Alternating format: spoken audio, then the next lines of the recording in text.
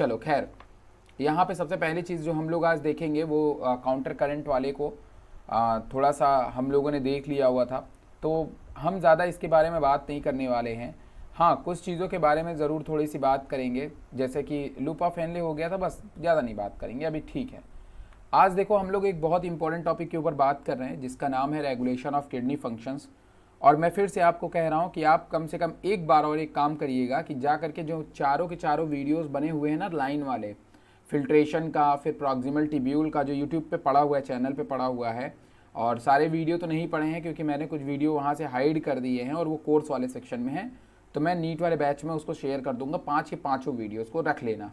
जब भी तुम्हें पढ़ना हो काउंटर करंट वाला सिस्टम तो तुम उस वीडियो को खोलना और उस वीडियो को एक बार देख लेना, 10-10 20-20 मिनट का है, तुम्हारा काम खत्म हो जाएगा।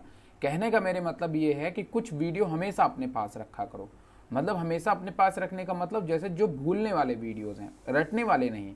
जैसे देखो मैं आपको एक बात बता रहा हूँ, देखो कुछ समराइज में कर दे रहा हूँ, जो वीडियोस आपको हमेशा अपने पास टिक करके उसको एक प्लेलिस्ट बना लो। यूट्यूब में बनता है फेवरेट वाला प्लेलिस्ट। मतलब उसमें क्या करो कि ये स्मार्टनेस है। देखो स्मार्टनेस को समझो पहले मेरी बात को। जब तुम कल को पढ़ने जाओगे रेस्पिरेटरी सिस्टम, मान लो मैं तुमसे कहा कि भाई टेस्ट है तुम्हारा रेस्पिरेटरी सिस्टम का, अब तुम उसके बाद ढूंढना शुरू कर दिया रेस्पिरेटरी सिस्टम, नो डाउट तुम बस कट से क्लिक करो कि जो किताबों से रटने वाली चीज़ें हैं वो तुम रटोगे। जैसे कि मान लो तुम्हें जानना है एक्सक्रीटरी सिस्टम, ये मान लो तुम्हें जानना है भाई कि मेल्पिजियन टिब्यूल, ये सब चीज़ें रट लोगे, इसमें कोई दिक्कत नहीं है। पर जब बात आती है कि भाई रेगुलेशन, जैसे आज का जो टॉपिक है ना, ये समझने वाला टॉपिक है, इसमें रटने वाला टॉपिक तो नहीं है। ये रटोगे तो भूल जाएगा, समझ लोगे तो जिंदगी भर याद रहेगा, कोई कुछ नहीं उखाड़ पाएगा आपका। लेकिन ये भूलेगा भी आपको, अगर आप इसको हफ्ते 2 हफ्ते नहीं रिवाइज करोगे तो ये रेगुलेशन ऑफ किडनी फंक्शन भूल जाएगा तुम्हें। तो कहने का मेरे बस इतना मतलब है कि इस वीडियो को तुम टक से स्टार करके प्लेलिस्ट में डाल लो, ताकि जब भी तुम एक्सक्रीटरी सिस्टम पढ़ो तो तुम फिल्ट्रेशन पढ़ो और वो चारों वीडियो पढ़ो और ये देख लो, बस काम खत्म। उसी तरह जब तुम पढ़ो नर्वस सिस्टम तो उसमें तुम सब रट सकते हो, पर एक्शन पोटेंशियल तुम्हें समझना पड़ेगा, तो उसको याद कर, उसको देख लो इसका वीडियो। जैसे उसके बाद हार्ट वाले में कोरोनरी सिस्टम का रख लो एक अलग सेपरेट करके, पल्मोनरी सर्कुलेशन का रख लो, ऐसे नोड एवी नोड का रख लो अलग करके, है ना, और इलेक्ट्रोकार्डियोग्राम, बस हो गया। तो ऐसे कुछ वीडियोस होते हैं, वो वीडियोस को आपको हमेशा अलग रखना चाहिए जो मैकेनिज्म के वीडियो होते हैं, क्योंकि मैकेनिज्म हमें भूल जाती है, जल्दी भूलती है। याद करने वाली चीज़ भूलती है, लेकिन हम उसे रखने की कैपेसिटी खुद रख सकते हैं। पर कोई टीचर जिससे आप बहुत पहले समझ चुके हो, पता चला वो वीडियो किसी कारणवश से हट गया या फिर उसको हाइड करना पड़ा, तो उन लिंक को हमेशा अपने पास में रखा करो, ठीक है। चलो खैर, अब हम यहाँ पे बात करते हैं। देखो सबसे पहले इंपॉर्टेंट चीज़ें हम शुरू कर देते हैं, और ये चीज़ें समझाने के पहले मैं आपको कुछ चीज़ें और भी समझाता हूँ। मतलब इसको तो समझाऊंगा ही, साथ में मेरा वो कहाँ गया, माउस कर्सर कहाँ चला गया मेरा, मुझे नज़र ही नहीं आ रहा यार, मेरा कर्सर कहाँ चला, ये रहा, ठीक है। तो मैं पहले तो आपको एक लेआउट समझाऊंगा, एक अलग से जो है लेआउट समझाऊंगा आपको, और फिर उसके बाद हम लोग बात करेंगे अपने एनसीईआरटी की लाइनों के ऊपर कि उसमें क्या मेंशन किया गया है, ठीक है। तो सबसे पहले चलो हम देखो चलते हैं एक लेआउट की तरफ। अब इस लेआउट के बारे में समझो जरा सा कि ये लेआउट आपसे क्या कहना चाह रहा है, ठीक है। तो आज मैं तो कुर्सी चेंज किया, मैं ऊंचा लगने लगा हूँ थोड़ा सा यार जो है, क्योंकि वो इस पे कमर सीधी रहती इस चेयर पे जो है। चलो खैर, तो सबसे पहली चीज़ आपको जो ध्यान में रखना है वो ये ध्यान में रखना है कि फिल्ट्रेशन के लिए इसेंशियल क्या है। फिल्ट्रेशन के लिए इसेंशियल क्या है, फिल्ट्रेशन के लिए इसेंशियल कौन सी चीज़ होती है। फिल्ट्रेशन के लिए जो इसेंशियल चीज़ें हैं वो पहली बात, ब्लड जो प्रेशर है वो इंक्रीज रहना चाहिए फिल्ट्रेशन के लिए। ये सारी चीज़ें इंपॉर्टेंट है, पहली चीज़। दूसरी चीज़, वाटर के एंड आयन के एब्जॉर्प्शन के लिए क्या क्या चीज़ें ज़रूरत है। ज़रूरत है H2O की, एंड ज़रूरत है Na+ की, ज़रूरत है Cl- की, और ज़रूरत है K+ की। दो चीज़। तीसरी चीज़ जो इसेंशियल है, ब्लड प्रेशर को इंक्रीज करने के लिए वैसो कॉन्स्ट्रिक्शन की ज़रूरत है। किसकी ज़रूरत है, वैसो कॉन्स्ट्रिक्शन की ज़रूरत है। मतलब कि ब्लड वेसल का पतला होना, for increasing blood pressure, for increasing blood pressure, ठीक है। एक ये चीज़ बहुत इंपॉर्टेंट हो गई। अब उसके बाद एक और चीज़ इंपॉर्टेंट है, वो है sending information, sending information for urination या फिर यूरिनेशन या फिर आपका ये बहुत इंपॉर्टेंट इंफॉर्मेशन है, ठीक है। तो इतनी जो प्रोसेस है वो आपको रेगुलेशन के अंदर जो है वो पढ़नी है। अब देखो इसमें जो सारी प्रोसेसेस आपके सामने लिखी गई है ना, और एक बात सबसे अच्छी बात जानते हो अभी क्या होने वाली लाइव क्लास में, जो आप लोग देखते थे पिछली कुछ लाइव क्लासेस के अंदर कि जब जैसे ही मैं एनिमेशन चालू करता था कभी कभार बीच में थोड़ा थोड़ा फंसना चालू हो जाता था ना, तो हम लोगों को तो मैंने काफ़ी दफ़े आपसे कहा कि यार चलो ठीक है थोड़े से और खर्च करने पड़ेंगे कंप्यूटर पर, ऐसा नहीं है। मैंने उन सारी सेटिंग्स को जो है फिर से चेक किया और सही कर दिया। अभी देखो कल एनिमेशन चलाया, अभी भी बिल्कुल भी क्लास आपकी एक रत्ती भी, अगर नेटवर्किंग की प्रॉब्लम ना हुई तो, वैसे नेटवर्क की प्रॉब्लम नहीं होगी, अगर नेटवर्किंग प्रॉब्लम ना हुई तो रत्ती भर भी आपकी क्लास बीच में अटकेगी नहीं। मैं नहीं अटकूंगा ना मेरा बोर्ड अटकेगा। तो और मैं एनीथिंग कोई भी सॉफ्टवेयर एकदम आराम से यूज़ कर सकता हूँ, लिखने वाला भी, ठीक है। तो अभी सब बढ़िया हो गया एकदम अच्छे से, थोड़ी सी सेटिंग थी मैंने उसको सही कर दिया, ओके कर दिया, तो अभी अच्छी है, ठीक है। तो फिल्ट्रेशन पहली चीज़ आपको ध्यान में रखना है, और फिल्ट्रेशन होने के लिए ब्लड प्रेशर को बनाए रखना है। तो पहला जो काम करेगी वो है ब्लड प्रेशर को बनाना। अब एक बात बताओ, आपकी जो मैंने आपको जब पढ़ाया था डाइजेस्टिव सिस्टम, अगर मैंने वैसे आपको नहीं पढ़ाया पर आपको एक वीडियो भेजा हुआ था रेगुलेशन का, कि जब आपको भूख लगती है, जब आपको भूख लगती है तभी आपका जो स्टमक है वो इंफॉर्मेशन भेजता है वैगस नर्व के थ्रू आपके ब्रेन के अंदर, राइट। और ब्रेन जो है फिर उसके बाद जो भी हार्मोन्स वगैरह है या एसिड वगैरह उसको सिक्रीट करना जो है वो शुरू करने लगता है। ये चीज़ आपको मैंने बताई हुई थी, ठीक है। तो ये तब हुआ जब क्या हुआ, लो हुआ, किसी चीज़ का कंसंट्रेशन क्या हो जाता है, लो हो जाता है। वही चीज़ मैं आपको यहाँ पे बता रहा था जब मैंने पिछला लेक्चर लिया था, तो मैंने क्या कहा था कि जहां पे आपकी ग्लोमेरुलस फिल्ट्रेशन होता है बोमेन कैप्सूल के पास में, जहां पे ग्लोमेरुलस फिल्ट्रेशन होता है बोमेन कैप्सूल के पास में, उसी एरिया में क्या होता है, बोमेन कैप्सूल के पास में ही पाई जाती हैं जक्स्टाक्राइन सेल्स। क्या पाई जाती हैं, जक्स्टाक्राइन सेल्स। आई थिंक ये देखो मेरे पास में डायग्राम वो वाला तो नहीं है जो मैंने आपको बनाने के लिए बोला हुआ था, पर फिर भी मेरे पास वो वाला डायग्राम तो नहीं है जो मैंने पिछली बार लेक्चर में आपको बनवा दिया था, लेकिन फिर भी मैं बता रहा हूँ आपको। ये वो रीज़न होता है, मेरी पेन कहाँ चली, एक मिनट रुको, मैं दूसरे कलर की पेन ले लेता हूँ।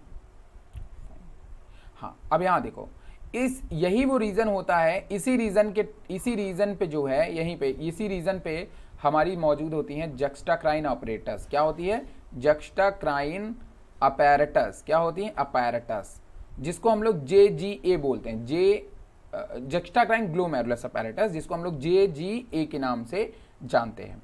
अब ये JGA का काम होता है, इसका एक फंक्शन होता है, एक सूत्री कार्यक्रम होता है कि ब्लड प्रेशर इस नली में कम ना होने पाए। एफरेंट देखो मोटा है ना, इस नली में ब्लड प्रेशर कम ना होने पाए। इतनी बात को जक्स्टाक्राइन अपैरेटस ध्यान में रखता है।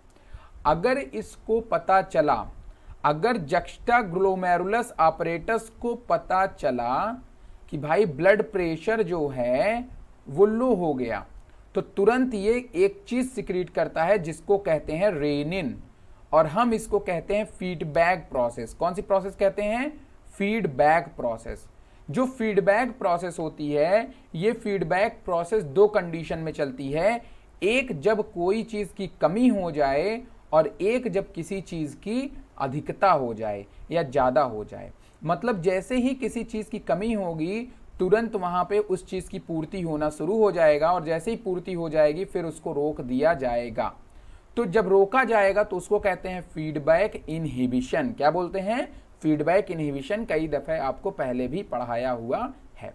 तो जैसे ही जक्स्टाक्राइन को पता चलता है कि ब्लड प्रेशर लो हो गया है, तुरंत जक्स्टाक्राइन रेनिन सिक्रेट करना शुरू कर देती है। लेकिन ये जो रेनिन होता है ये कई और चीजों से जुड़ा हुआ होता है। जैसे रेनिन जुड़ा हुआ होता है आपके लंग्स से भी, और वहां से आती है एंजियोटेंसिन। ACA एक नाम का प्रोटीन आता है जो रेनिन के एंजियोटेंसिन 1 को कन्वर्ट कर देता है एंजियोटेंसिन 2 में, जिसका आगे आपको रोल बताऊंगा। खैर ये सब अभी डिटेल में नहीं जानना है, अभी आगे आपको सब कुछ बताऊंगा। कुल मिला के पहली चीज आपको दिमाग में रखना है कि जक्स्ट्राक्राइन को अगर पता लगा कि ब्लड प्रेशर लो है तो उसका काम है रेनिन के सिक्रीशन को बढ़ाना, क्योंकि रेनिन जो है वो अपने कई इफेक्ट बॉडी पे करती है। तो अब तुम कहोगे सर तो बोल दिए भाई कई इफेक्ट करती है, पर कौन कौन सा इफेक्ट करती है, कैसे इफेक्ट करती है, इसको समझने के लिए आपको जानना पड़ेगा ये डायग्राम।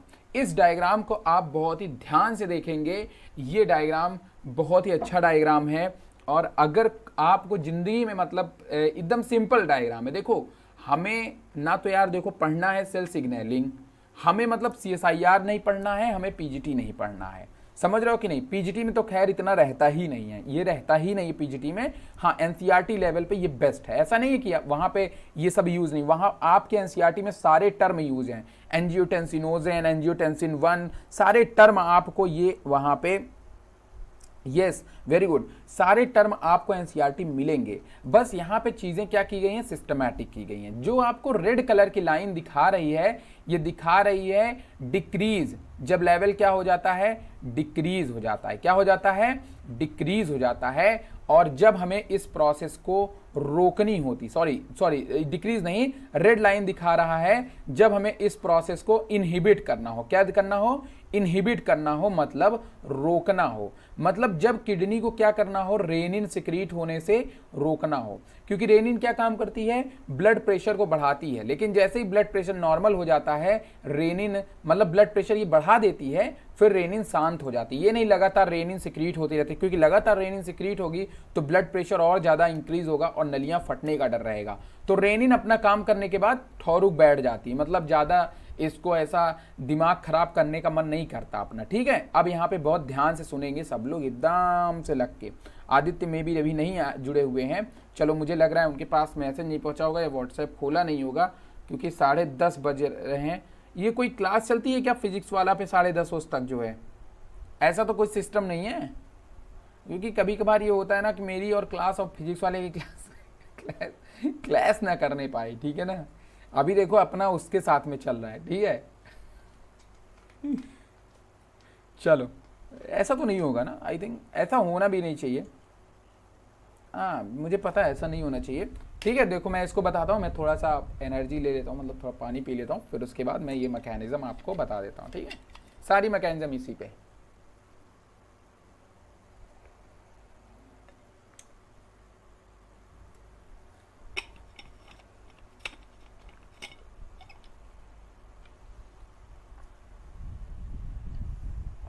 ओके चलिए सब लोग अब ध्यान दीजिएगा बहुत अच्छे से, कोई दिक्कत नहीं हुई। देखो इधर सबसे पहला चीज है decrease in renal perfusion juxtaglomerular apparatus. अगर ब्लड प्रेशर जो है जक्स्टाग्लोमेरुलस अपरेटस के पास, मतलब जो रेनल का जो परफ्यूजन है, परफ्यूजन मतलब फिल्ट्रेशन, अगर रेनल मतलब वो नेफ्रॉन, अगर रेनल का जो परफ्यूजन है मतलब जो फिल्ट्रेशन है, अगर वो क्या हो जाए, डिक्रीज हो जाए। और मैंने कहा था जीएफआर कब डिक्रीज होता है, जीएफआर मतलब ग्लोमेरुलस फिल्ट्रेशन रेट तब डिक्रीज होता है जब ब्लड प्रेशर भी क्या हो जाए, डिक्रीज हो जाए। जब ब्लड प्रेशर भी क्या हो जाए, डिक्रीज हो जाए, तो उस समय जो रेनल परफ्यूजन होता है वो भी क्या हो जाता है, डिक्रीज हो जाता है, ठीक है। हमेशा इस बात को आप ध्यान रखेंगे।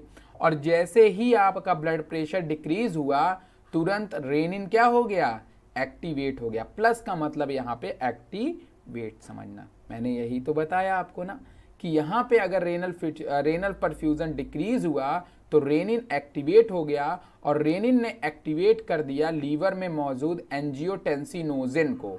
मैंने कहा था नोजेन वर्ड हमेशा इनएक्टिव के लिए जुड़ा रहता है। किसके लिए जुड़ा रहता है, इनएक्टिव के लिए जुड़ा रहता है, हमेशा ध्यान में रखना, ठीक है।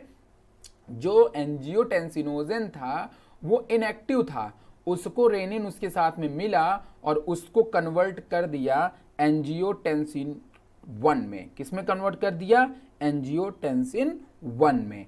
अब एंजियोटेंसिन 1 तो चलो ठीक है एक्टिवेट हो गया, बट एंजियोटेंसिन 1 जो है लंग्स के एपिथेलियल सेल जो होती है, सॉरी इंडोथेलियम जो सेल होती है वो एक second, surface of pulmonary and renal endothelium, ठीक है, पल्मोनरी की जो एंडोथेलियम है वो सिक्रीट करती है एक स्पेशल टाइप का केमिकल जिसका नाम है ACE। क्या नाम है? ACE। ये ACE क्या करती है कि एंजियोटेंसिन को एक्टिवेट कर देती है एंजियोटेंसिन 2 में। किसमें कन्वर्ट कर देती है? एंजियोटेंसिन 2 में। तो यहां पे लंग्स भी अपना इंपॉर्टेंट रोल प्ले करती है। समझ में आ गई मेरी बात? तो पहली चीज, रेनिन ने एक्टिवेट किया एंजियोटेंसिनोजेन को और एंजियोटेंसिनोजेन ने एक्टिवेट किया एंजियोटेंसिन 1 को और एंजियोटेंसिन 1 एक्टिवेट, ACE ने एंजियोटेंसिन 1 के साथ में मिल करके इसको कन्वर्ट कर दिया एंजियोटेंसिन 2 में। क्लियर? सबको समझ में आ गया ना? अब देखो, अब यहां से एंजियोटेंसिन के बहुत सारे रोल होते हैं जिसका सीधे इफेक्ट हमारे एक्सक्रीटरी सिस्टम पे पड़ता है। देखो, पहला काम एंजियोटेंसिन क्या कर रहा है? सिंपैथेटिक एक्टिविटी, मतलब कि नर्वस सिस्टम को आदेश देने का काम। दूसरा काम एंजियोटेंसिन का क्या हो रहा है कि ट्यूबुलर सोडियम आयन और क्लोरीन का रीअब्जॉर्प्शन करना शुरू कर देगा। अब बहुत ध्यान सुनना, अब इसको अपने दिमाग से सोचो। अगर ये ट्यूबुलर से सोडियम आयन और क्लोरीन का रीअब्जॉर्प्शन करने लगेगा तो एक बात बताओ मुझे कि जो ब्लड है, जो कंटेंट है ब्लड का, वो क्या हो जाएगा? कम हो जाएगा। जो आयंस है वो क्या हो जाएगा? कम हो जाएगा ना। सोडियम आयन और क्लोरीन आयन कम नहीं हो जाएगा? हो जाएगा ना। एंड पोटेशियम आयन एक्सक्रीशन, और पोटेशियम आयन का लगातार एक्सक्रीशन करता रहता है H2O रिटेंशन। H2O भी ब्लड जो नेफ्रॉन है उससे बाहर जाना शुरू हो जाएंगी। मतलब ये सारी चीजें जो हैं वो लगातार बाहर जाना शुरू कर जाती हैं, एब्जॉर्ब होना शुरू कर जाती हैं। देखो, यहाँ पे सोडियम जो होता है वो एक्टिवली बाहर जाता है, जो कि मैंने आपको कई जगह पे वीडियो में बताया हुआ है ना। सोडियम आयन कैसे बाहर जाता है? एक्टिवली बाहर जाता है, और वाटर बाहर। अब बताओ, जैसे मैंने तुमको क्या बताया था, एक दिन याद करो कि मैंने ट्रांसपैरेशन से कंपेयर किया था ना इस प्रोसेस को, ग्लोमेरुलस फिल्ट्रेशन रेट को। वो इसीलिए किया था कि जब नेफ्रॉन के अंदर वाटर मॉलिक्यूल और सोडियम आयन का कंसंट्रेशन क्या हो जाएगा? कम हो जाएगा, तो जाहिर तौर पे ब्लड में जो आयन का लेवल है उससे वो फिल्ट्रेशन रेट क्या हो जाएगी? बढ़ जाएगी। तो एक काम किया, फिल्ट्रेशन रेट को बढ़ाते का काम कर दिया इसने, कर दिया ना। कैसे बढ़ाया फिल्ट्रेशन रेट को? वो बढ़ाया आपका ट्यूबुलर एब्जॉर्प्शन करके। अब इसमें एक इंपॉर्टेंट रोल इन सारी चीजों को करने के लिए एंजियोटेंसिन की 2 क्या करता है? एल्डोस्टेरॉन का सिक्रीशन करता है। किसका सिक्रीशन करता है? एल्डोस्टेरॉन के सिक्रीशन को प्रमोट करता है। नहीं करता नहीं, प्रमोट करता है। मतलब कि ये जो इंपल्स जाती है ब्रेन तक एंजियोटेंसिन की, उसी के थ्रू जो कॉर्टिकोट्रोपिक हार्मोन्स होता है वो सिक्रीट होता है, और वो एल्डोस्टेरॉन को सिक्रीशंस को प्रमोट करता है, कॉर्टिकोट्रोपिन रिलीजिंग हार्मोन्स, और उसके बाद जो है ये सारी प्रोसीजर्स को प्रमोट करता है कौन? Aldosterone hormones. ठीक, समझ गए ना? तो एंजियोटेंसिन 2 क्या काम किया कि एक एल्डोस्टेरॉन के सिक्रीशंस को बढ़ाता है, साथ में ट्यूबुलर रीअब्जॉर्प्शंस को भी और वाटर के रिटेंशन को भी मेंटेन करता है। इतनी बात आप कॉपी में लिख लो कहीं पे, ठीक है। अब इसका और भी फंक्शन है जो कि बहुत इंपॉर्टेंट हो जाता है। पहली चीज, ये एडीएच सिक्रीशंस को बढ़ाता है, और एडीएच सिक्रीशन के कारण ही जो कलेक्टिंग डक्ट में वाटर मौजूद होता है, जब फिल्टर हो जाती है तुम्हारी यूरिन तो कहाँ इकट्ठा होती है? कलेक्टिंग डक्ट में। और कलेक्टिंग डक्ट में भी उस समय बहुत सारा वाटर होता है जो कि बॉडी के बाहर नहीं जाना चाहिए। उसका एब्जॉर्प्शन कौन करवाता है? एडीएच हार्मोन्स करवाती है। और एडीएच हार्मोन्स को सिक्रीट करने के लिए ब्रेन से इंफॉर्मेशन चाहिए कि नहीं? तो पिट्यूटरी ग्लैंड को इसकी भी इंफॉर्मेशन जाती है, और फिर वहां से न्यूरोहाइपोफाइसिस किसकी जोन होती है? पिट्यूटरी ग्लैंड की जोन होती है। सब पढ़ाया हुआ हूं यार इसको, मतलब तुम लोग अच्छे से तैयार करो। अगर लिंक करना सीख गए ना तो फिजियोलॉजी में कुछ नहीं रखा हुआ है, बता दे, कुछ भी नहीं है फिजियोलॉजी में। देखो यहाँ पे मैंने बताया था एडिनो हाइपोफाइसिस, न्यूरो हाइपोफाइसिस बताया था ना, तो वहीं से एडीएच सिक्रीशन होता है। और ये जो एडीएच होता है वो पोस्टीरियर लोब से सिक्रीट होता है। किधर से होता है? पोस्टीरियर लोब से सिक्रीट होता है पिट्यूटरी ग्लैंड के, और ये आता है कलेक्टिंग डक्ट में। कहाँ आता है? एंटी डायूरेटिक हार्मोन पढ़े होगे, और कलेक्टिंग डक्ट में आके इकट्ठा होता है, जिसका काम होता है वाटर मॉलिक्यूल का रीअब्जॉर्प्शन करना, मतलब सॉरी कलेक्ट, हाँ ठीक है, तो वाटर मॉलिक्यूल का रीअब्जॉर्प्शन करना। और जो सबसे इंपॉर्टेंट प्रोसीजर जो मैं इतने टाइम से बता रहा हूँ, वैसो कॉन्स्ट्रिक्शन, और यहाँ पे क्या होता है, जो एट्रियोल होती है वहाँ पे जो वैसो कॉन्स्ट्रिक्शन की प्रोसेस है वो होती है, जिससे जो नलियाँ हैं, जो एट्रियोल है वो छोटी होती चली जाती हैं, जिससे कि प्रेशर बढ़ जाता है। तो इतने फंक्शंस होने के बाद जो ब्लड का प्रेशर है, जो मॉलिक्यूल का जो एक्सचेंज है, वो लेवल यहाँ पे बढ़ जाता है। और जब एक बार ब्लड प्रेशर बढ़ जाता है तब उसके बाद जो रेनिन का इंपॉर्टेंस है वो खत्म हो जाता है। और उसके बाद यहाँ से एक इंफॉर्मेशन जाती है जक्स्टाग्लोमेरुलस, ये देखो, water and salt retention, effective circulating volume, perfusion of juxtaglomerular apparatus increase. और जैसे ही जो ब्लड प्रेशर्स है या सारी चीज़ें नॉर्मल हो जाती हैं, तुरंत यहाँ से इंफॉर्मेशन जाती है किडनी तक कि भाई इसको प्रोसेस को क्या कर दो, बंद कर दो। इसी प्रोसेस को हम लोग फीडबैक इनहिबिशन कहते हैं। क्या कहते हैं? फीडबैक इनहिबिशन कहते हैं, जिसके कारण ये प्रोसेस बंद हो जाती है। और जब फिर से फिल्ट्रेशन रेट कम होता है तो फिर से ये प्रोसेस शुरू हो जाती है। अब बताओ सबको समझ में आया कि नहीं आया? बताओ सब लोग हमको, सिंपली समझ, सिंपल है ना? बिल्कुल बताओ सब लोग, बताओ भाई समझ में आया?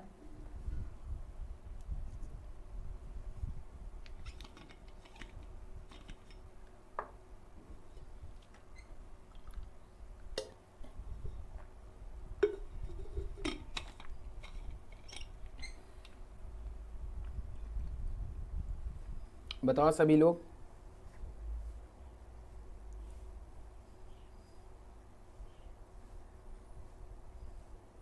बिल्कुल सारे सिस्टम, एक चीज देखो, फिजियोलॉजी हो या पूरी बायोलॉजी हो, जानते हो हर चीज किसी न किसी चीजों से, मैंने कहा नहीं, सारा सिस्टम आपको बिल्कुल जुड़ा हुआ दिखेगा। यहाँ पे तो ऑलरेडी जो है तुम्हारे हर एक सिस्टम का पार्ट जुड़ा। देखो एंडोक्राइन सिस्टम का भी पार्ट जुड़ा, एल्डोस्टेरोन, और सर्कुलेटरी सिस्टम का भी पार्ट, रेस्पिरेटरी का भी जुड़ गया, और डाइजेस्टिव का भी जुड़ गया, किडनी का भी जुड़ गया, ब्लड आप पढ़ ही रहे हो, मतलब सारा सिस्टम तो इसी में एग्जाम्पल में आप देख लो। ठीक है, उसके बाद यहाँ पे देखो जो जो हमने सिग्नल यूज किया है, सिंबल यूज किया, उसके बारे में भी बगल में दिया हुआ है एक, इसके सिंबल का क्या क्या काम है। तो आप लोग अगर मेरे इसको ऐसे ऐसे देखोगे ना, बड़ा करके, मतलब जूम करके देखोगे, मतलब हॉरिजेंटल मोड में देखोगे अपने फ़ोन के, तो पूरा डायग्राम ईजिली आपको दिख रहा होगा। ठीक है, थोड़ी सी क्वालिटी मैंने घटाई हुई रहती है तो इसीलिए थोड़ा सा धुंधला रहेगा, लेकिन हल्का उतना भी नहीं रहेगा, आपको दिखेगा, अच्छा विजिबल होगा। ठीक है, तो मैं देखो एक बार मैं फिर से एक आउटलाइन आपको बना दे रहा हूँ, आप इसको कॉपी में अपने ड्रॉ करना चाहो तो कर लो, ताकि आप अपनी नोट्स के अंदर कभी इन सारी चीज़ों को भूलना नहीं। ठीक है, तो मैं कोशिश कर रहा हूँ, मैं उस ड्राफ्टिंग को तैयार कर दे रहा हूँ, एक छोटी मोटी ड्राफ्टिंग बना दे रहा हूँ, ताकि आपका छोटे में बड़ा धमाका आप तैयार कर ले। देखो पहली चीज़, आप ऐसे ड्राफ्टिंग को तैयार करो कि जैसे रेनिन है ना, रेनिन, इफ रेनिन कंसंट्रेट, एक मिनट रुको, एक मिनट,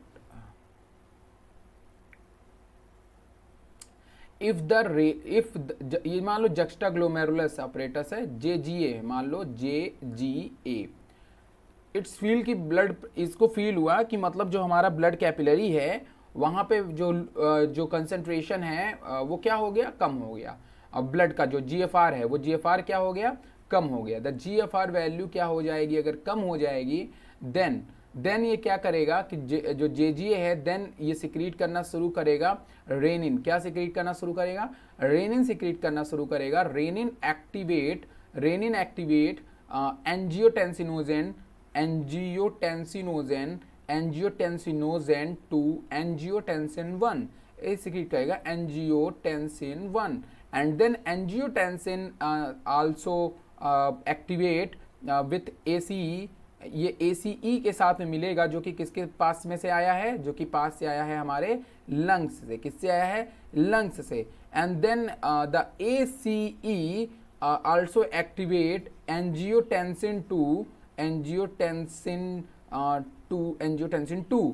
ठीक है, अब उसके बाद एंजियोटेंसिन 2 है various functions, angiotensin have various functions. The first is neural functions, and the second one is reabsorptions of ions, reabsorptions of iron and water, of iron or electrolyte and water.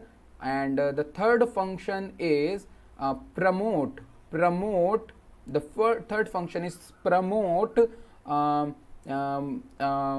adrenal hormones, secretion of adrenal hormones, and the next function is vasoconstrictions. Vasoconstrictions means decrease size of arteriole. vasoconstriction एक function करता है, and the last function is the last function क्या था इसका vasoconstriction के बाद? इसका एक लास्ट फंक्शन था, okay okay okay okay okay okay देखो अंग्रेजी बोलने में बहुत बहुत गड़बड़ हो जाती है यार, बहुत गड़बड़ हो जाती है, ठीक है। अच्छे से नहीं आया ना, बिल्कुल नहीं आएगा अच्छे से। देखो ये लड़की गुस्सा लगवाती है मुझे, ये लड़की गुस्सा लगवाती है, अच्छे से नहीं आया। बताओ ये चीज़ आएगा यार किसी को? अगर कोई 20 से लपक के आ जाएगा उसको आएगा कभी समझ में? बताओ, नहीं आने वाला ना, ये तो कभी नहीं आने वाला यार। 20 से लपक के आओगे तो नहीं आएगा। और मैं उसकी, हाँ ठीक है, एक ये ADH का सिक्रीशन करती है, वो भी पॉइंट नोट कर लेना। तो आप इतनी बात को हमेशा ध्यान में रखो, 20 से आओगे तो पछताओगे, ठीक है। तो इसको आप यार अगर इस तरह समझो तो फिर भाई बात अलग है। और अगर 20 से आओगे तो फिर मेरी कोई रिस्पॉन्सिबिलिटी नहीं, उसको आपको सही करना पड़ेगा, ठीक है। और वीडियो पड़ा हुआ है, एक बात आप अच्छे से ध्यान में रखिए कि वीडियो पड़ा हुआ है, अगर आप बनना चाहोगे तो बन जाओगे। देखो टीचर का काम होता है ना, हमारी बात सीधी सी है कि अगर तुम्हें फॉलो करना है, ठीक है, तो पूरा फॉलो करो, फॉलो नहीं करना है तो मत करो, सीधी सी बात है। ये कोई फॉर्मेलिटी नहीं होती, आपको टीचर को फॉलो करना होता है, नो डाउट। आपको तभी कोई चीज़ बहुत अच्छी आती है जब आप किसी टीचर को फॉलो करके पढ़ते हो, और अदरवाइज आप फॉलो करके नहीं पढ़ोगे तो आपके लिए कर जाएगा प्रॉब्लम, ठीक। तो अगर नहीं आ रहा है आपको तो ये एक बहुत अच्छी बात है, ये इतनी अच्छी बात है ज़िंदगी में कि पूछो ना, और आ रहा है तो वो फिर अच्छी बात है, ठीक। तो चलो यहाँ पे ये डायग्राम जो है ना वो मैंने लिया हुआ है विकिपीडिया से, और ऐसा कॉपीराइट ये लोग मारेंगे मेरे ऊपर, अभी मैंने इनका नाम जो ले लिया, ठीक। अच्छा डायग्राम है, देखो यहाँ पे देखो, ये हमारी किडनी है ना, सबको दिख रहा है, ये हमारी किडनी है, राइट, ओके। तो किडनी के ऊपर पोर्शन में आपका पता है एड्रिनल ग्लैंड होती है, जिसका काम है एल्डोस्टेरोन का सिक्रीशन करना, और एल्डोस्टेरोन का अगर सिक्रीशन होगा तो क्या होगा? सोडियम आयन का एक्सक्रीशन होगा, वाटर का एक्सक्रीशन होगा, पोटेशियम आयन का एक्सक्रीशन होगा, राइट, ठीक है। अब यहाँ पे देखो, अगर वाटर कंसंट्रेशन क्या हुआ? कम हुआ, तो लीवर जो है एंजियोटेंसिनोजन सिक्रीट हुई, और इधर से रेनिन, एंजियोटेंसिनोजन और रेनिन मिलकर के क्या बन गए? एंजियोटेंसिन 1 बन गए। एंजियोटेंसिन 1 जो है लंग्स के पास पहुंचा और वहां से ACE लिया, और ACE लेने के बाद क्या बन गया? एंजियोटेंसिन 2 बन गया।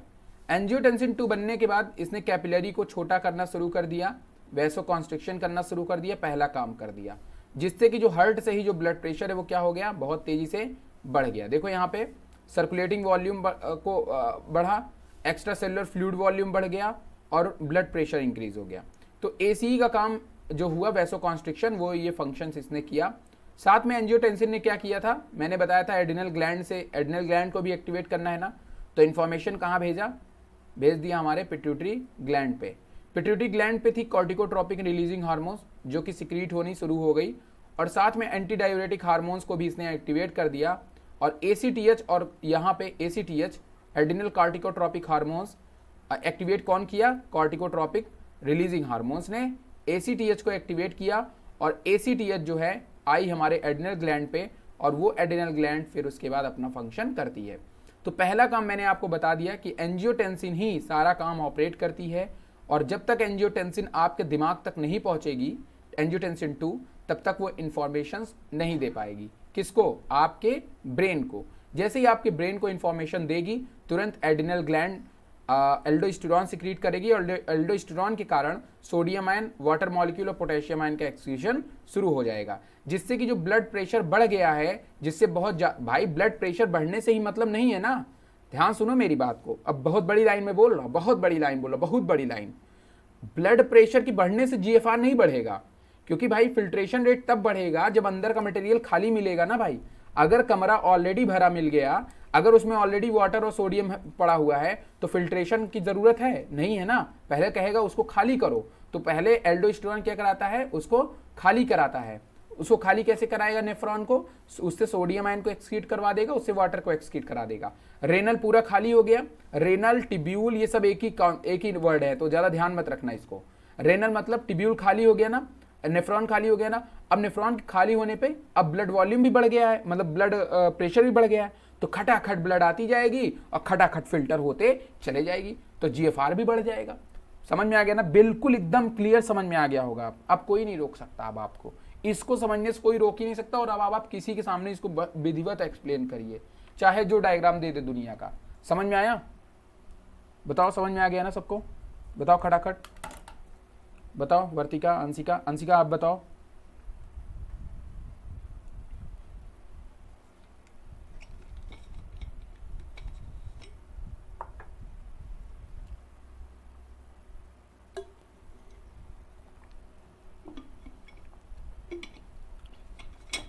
शिवा कुछ आया? शिवा,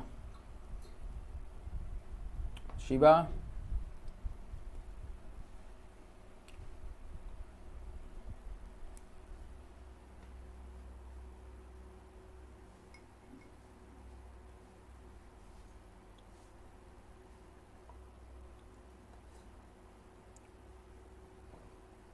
ओके, शिवा आप बताओ।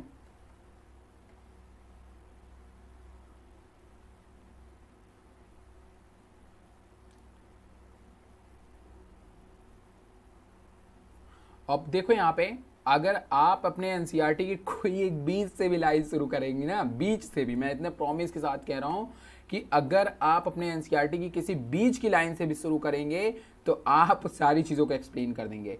आपको जितनी चीज़ें भी दिख रही हैं आपको स्क्रीन के ऊपर, आप कोई भी एक चीज़ कहीं से भी उठा लीजिए, आपको पूरी प्रोसेस समझ में आ जाएगी। तो एनसीईआरटी को आप करिएगा लर्न, ठीक है? मेरी बात समझ में आई ना? एनसीईआरटी को आप करिएगा लर्न, कोई भी दिक्कत यहाँ पे नहीं आएगी। और मैंने आपको बता दिया है रेगुलेशन ऑफ किडनी फंक्शन के बारे में।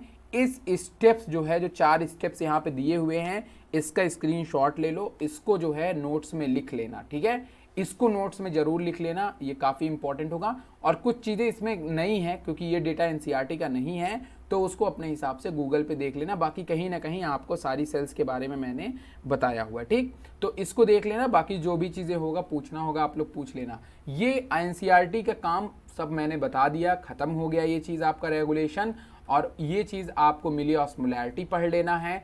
इसमें एक दिमाग में बना के कॉन्सेप्ट को रखना है कि मेडुला में कंसंट्रेशन मेडुला वाले एरिया में ज़्यादा होता है और हमारे नेफ्रॉन में कम होता है, जबकि ऊपर वाले रीजन में नेफ्रॉन में ज़्यादा होता है और मेडुला में और कॉर्टेक्स में कम होता है कंसंट्रेशन।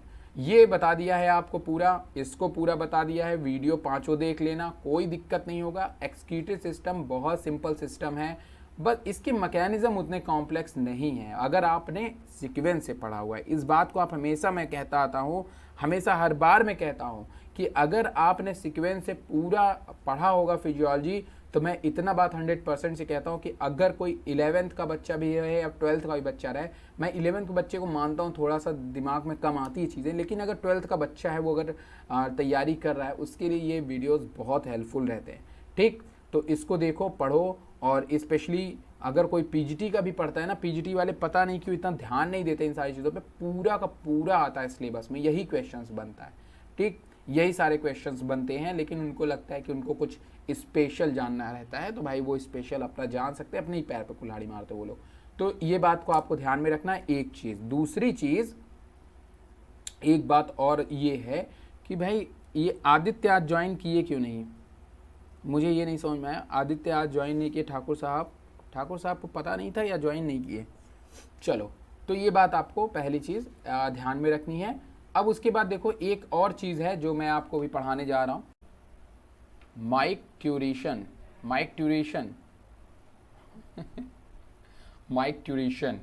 ओके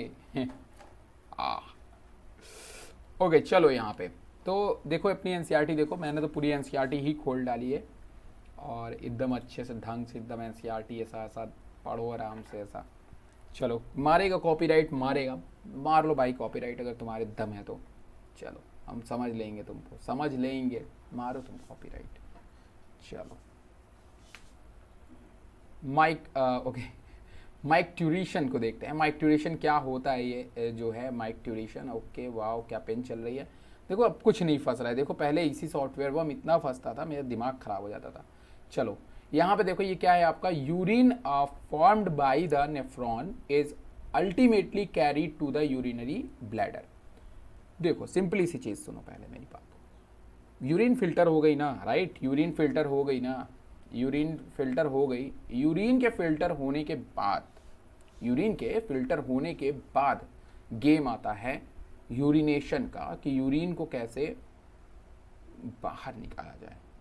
ये जो है थोड़ा प्रोसेस खतरनाक थी। अब इस प्रोसेस में ये होता है कि मैंने आपको दिखाया था यूरिनरी ब्लैडर, क्या दिखाया था, यूरिनरी ब्लैडर। आज थोड़ा सा हम लोग चलो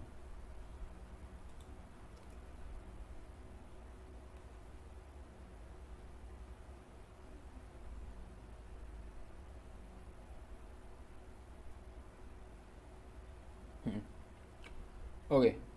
तो मेरे कहने का मतलब ये है कि जैसे ये यूरिनरी ब्लैडर है आपका, तो इसी यूरिनरी ब्लैडर के ऐसे पास से जो है छोटे छोटे आपके नेफ्रॉन, या फिर सॉरी नेफ्रॉन कह रहा हूँ, न्यूरॉन, जो हमारे नर्वस सिस्टम का पार्ट होता है वो गया होता है। और वो इन्फॉर्मेशन जब इसके ऊपर प्रेशर पड़ता है, किसके ऊपर, यूरिनरी ब्लैडर के ऊपर जब प्रेशर क्रिएट होता है, तो वो प्रेशर क्रिएट होने के कारण जो नेफ्रॉन है वहाँ तक इन्फॉर्मेशन जाती है यूरिनेशन के लिए। तो अब यहाँ पे देखेंगे क्या लिखा हुआ है, इसको पढ़ते चलेंगे और आपको समझ में आता चलेगा। यहाँ पे कहते हैं कि urine form by nephron is ultimately carried to the urinary bladder. Urine जो है नेफ्रॉन से होती हुई कहाँ आती है, यूरिनरी ब्लैडर में आती है, where it is stored till a voluntary signal. समझ रहे हो कि नहीं मेरी बात, यूरिनेशन जो है वो एक तरह का कैसा सिग्नल है, वॉलेंट्री सिग्नल होता है। मतलब हम यूरिनरी जो यूरिनेशन करते हैं वो अपने हिसाब से किसी भी टाइम, 1 घंटे बाद, 2 घंटे बाद, 5 मिनट बाद कर सकते हैं, वो अपनी अपनी कैपेसिटी के ऊपर डिपेंड करता है। तो where it is stored till voluntary signal, voluntary signal जब तक नहीं मिलता है हम यूरिनेशन की प्रोसेस को नहीं करते हैं। और ये जो वॉलेंट्री सिग्नल होता है वो दिया जाता है सेंट्रल नर्वस सिस्टम से। इस पॉइंट को अंडरलाइन आप कर लेंगे, ठीक है। इसको मेडुला ऑब्लिंगाटा से नहीं जोड़ेंगे, ये किससे दिया जाता है, सेंट्रल नर्वस से दिया जाता है, सीएनएस से दिया जाता है ये इंफॉर्मेशन को, कि भाई यूरिनेशन होना है या फिर नहीं होना। और ये एक वॉलेंट्री एक्शन होता है, इसको हम अपने हिसाब से आगे पीछे कर सकते हैं। This signal is initiated by stretching of urinary bladder. ये सिग्नल किसके बेसिस पे दिया जाता है, स्ट्रेचिंग। जब इसके अंदर यूरिन कलेक्ट होगा तो ये बताओ ये फैलेगा कि नहीं फैलेगा, इसकी वॉल पे प्रेशर पड़ेगा कि नहीं पड़ेगा। जब यूरिनरी ब्लैडर पूरी तरह से क्या होती है, फिल्ड हो जाती है, तो रिस्पॉन्स दिया जाता है। मतलब पहले आपको कोई भी रिस्पांस ब्रेन तक नहीं जाती है, लेकिन जैसे ही आपकी यूरिनरी ब्लैडर फिल हो जाती है एक रिस्पांस आपके ब्रेन तक पहुंच जाती है कि भाई, तब आप कहते हो madam can I go to, ठीक है। तो वो रिस्पांस होता है भाई, वो रिस्पांस आपको बस एक टाइम के लिए आएगा खट से, ठीक। और उसके बाद जो है आगे ये कहते हैं इन response the stretch receptor on the wall. और ये रिस्पांस तब आता है जब जो रिसेप्टर्स हैं वो स्ट्रेच रिसेप्टर जो होते हैं वॉल के, वो एक्टिवेट हो जाते हैं। और वो एक्टिवेट कब होते हैं, वो एक्टिवेट तब होंगे जब वॉल पे क्या बढ़ेगा, स्ट्रेच बढ़ेगा। क्या बढ़ेगा वॉल पे, स्ट्रेच बढ़ेगा। Of the bladder send signal to the CNS, ठीक है, on the bladder send signals to the CNS. और ये जो है जो सीएन मतलब जब उसके वॉल पे प्रेशर पड़ा, उसने सिग्नल को कैप्चर किया और फिर उस सिग्नल को कहाँ भेज दिया, सीएनएस पे भेज दिया कि भैया सीएनएस अब बताओ क्या करना है। तो सीएनएस के पास इसलिए भेजता है क्योंकि कभी कभार मामला बड़ा क्रिटिकल होता है। आप पता चला भीड़ भाड़ वाले इलाके में हो, या फिर मान लो कि आसपास नहीं है टॉयलेट वगैरह, तो आप इसको थोड़ा सा टसमा सकते हो। देखो यार, ईश्वर का मैंने देखता हूँ ना कि मतलब हर चीज़ की यार सुटेबल कर दिया उन्होंने। मतलब अगर भाई भीड़ भाड़ का इलाका थोड़ा कंट्रोल कर लो, बाद में कर लेना।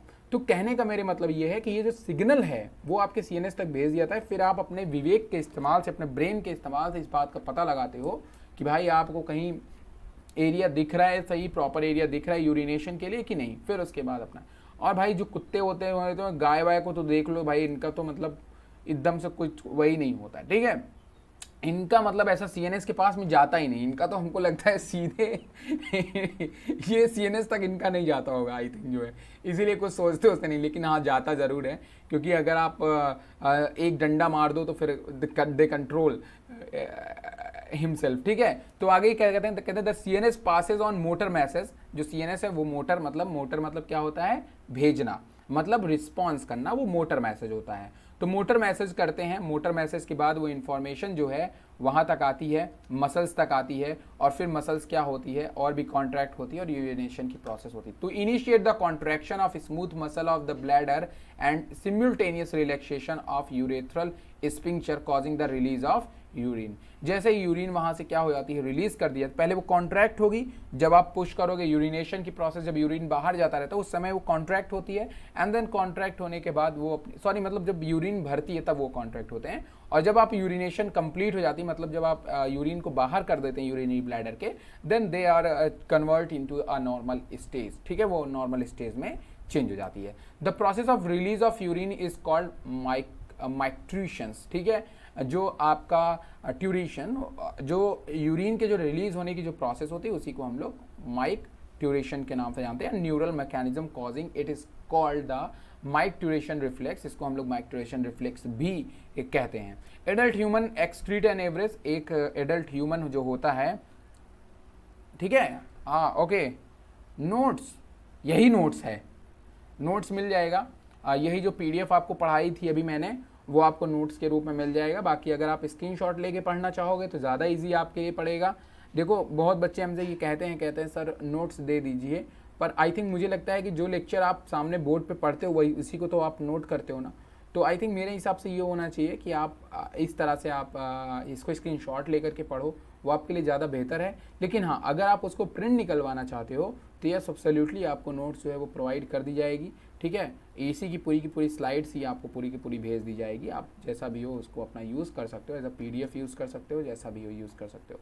ठीक, तो जो स्लाइड बनी हुई है वो अभी मैं अपलोड कर दूंगा, आपको भेज दूंगा, सेंड कर दूंगा व्हाट्सएप पे, आप देख लीजिएगा। ठीक, चलिए, हाँ नहीं कोई दिक्कत नहीं है। देखो नोट्स कहना कोई दिक्कत नहीं है, कोई ऐसी बात नहीं है कि नोट्स नहीं है, आपने कह दिया कोई भी ऐसा मैसेज डिलीट कर देते हो यार, ठीक है, कोई ऐसी दिक्कत नहीं है। नोट्स बिल्कुल आप नोट्स लीजिए, पढ़िए भाई, अच्छी बात है और सही होता है। बस नोट्स में थोड़ा सा ये होता है ना कि डेटा ऐसे होते हैं कि शेयर नहीं किया जाता, शेयर मत करना कैसे, ठीक है, शेयर नहीं किया जाता, चलो बड़ी मेहनत लगती है। ओके, चलो यहाँ पे देखते हैं। तो यहाँ पे क्या है कि an average 1 to 1.5 litre of urine per day. The urine formed is light yellow colour, जो यूरिन होता है वो लाइट येलो कलर का होता है, वाटरी। और जानते हो ये जो लाइट येलो कलर का होता है ना, ये चेंज होता रहता है यार, ऐसा नहीं है कि लाइट येलो कलर का होता है। कभी आपने वो पेट दर्द की दवा खाई है, पेट वाली जो, पेट दर्द की नहीं, आई थिंक पेट साफ करने वाली होती है वो, अब पेट दर्द वाली भी होती है। तो अब जब आप दवाएं बहुत ज़्यादा खा लो तो यूरिनेशन के कलर के ऊपर इफेक्ट पड़ता है, ये आप ध्यान में रखोगे, होता है, अभी आप पढ़ोगे आगे जा करके ये सारी चीज़ें हैं। दूसरी चीज़ डिपेंड करता है टेम्परेचर के ऊपर भी, ये बहुत बड़ी चीज़ होती है। टेम्परेचर के ऊपर मैंने आपको बताया भी हुआ है एक्सक्रीटरी सिस्टम में, जब आप डिस्टल कॉन्वोल्यूटेड ट्यूब्यूल पढ़ोगे ना तो वहाँ पे मैंने कुछ चीज़ें मेंशन की हुई हैं आपसे, ठीक है। डिस्टल कॉन्वोल्यूटेड ट्यूब्यूल में मैंने कुछ चीज़ें जो हैं वो मेंशन की हुई हैं कि क्लाइमेट के ऊपर भी यूरिनेशन की प्रोसेस इफेक्ट होती है, क्योंकि उसमें वाटर का जो कंसंट्रेशन है वो भी आपको देखने को मिलता है, ठीक है। आगे कहते हैं कि the urine formed and light yellow colour, yes very good, बहुत बढ़िया, बहुत अच्छे। And average 25 to 30 gram of urea is excreted out per day आप कितना यूरिया एक्सक्रीट करते हो, 25 to 30। इन सारे आंकड़ों को आप ध्यान में रखेंगे। और जो यूरिन होता है वो आपको, ये बहुत इंपॉर्टेंट पॉइंट है, इसको ध्यान रखिएगा। यूरिन जो होता है वो एसिडिक प्रॉपर्टी का होता है, ये बहुत इंपॉर्टेंट है, इसको ध्यान रखिएगा। काफ़ी लोग इसमें कंफ्यूज हो जाते हैं। जो यूरिन होता है वो बेसिकली क्या होता है, वाटरी होता है, येलो कलर का होता है, और साथ में इसका पीएच वैल्यू 6.0 होता है, मतलब ये एसिडिक प्रॉपर्टीज बियर करता है। और साथ में इसमें हल्का सा ओडर जो है, ओडर का मतलब होता है हल्का महक, स्मेल होती है, हल्की स्मेल होती है, और मतलब वाटर जैसा नहीं होता है। ये ओडर कहने का मतलब यही है ताकि आप नॉर्मल वाटर से इसको डिफ्रेंशिएट कर पाओ, ठीक है। तो नॉर्मल वाटर से आप इसको डिफ्रेंशिएट कर सकते हो। स्पेशली गाय वाय का तो भाई मतलब लोग ऐसा, बाबा पतंजलि बेचते हैं, वो क्या नाम है उनका, बाबा जी जो हैं, जो गेहुआ रंग पहनते हैं, भाई साहब वो क्या क्या पिला देते हैं लोगों को। और पूजा वगैरह के टाइम पे चना अमृत में मिलाया जाता है ये जो होता है यूरिया, और मुझे समझ में नहीं आता, मैमल यूरिया सिक्रीट करता है, एंड देन लोग कहते हैं कि इसको पियो तो तुम्हारे अंदर के कीटाणु मैन जो हैं वो ख़त्म हो जाएंगे हमेशा हमेशा के लिए।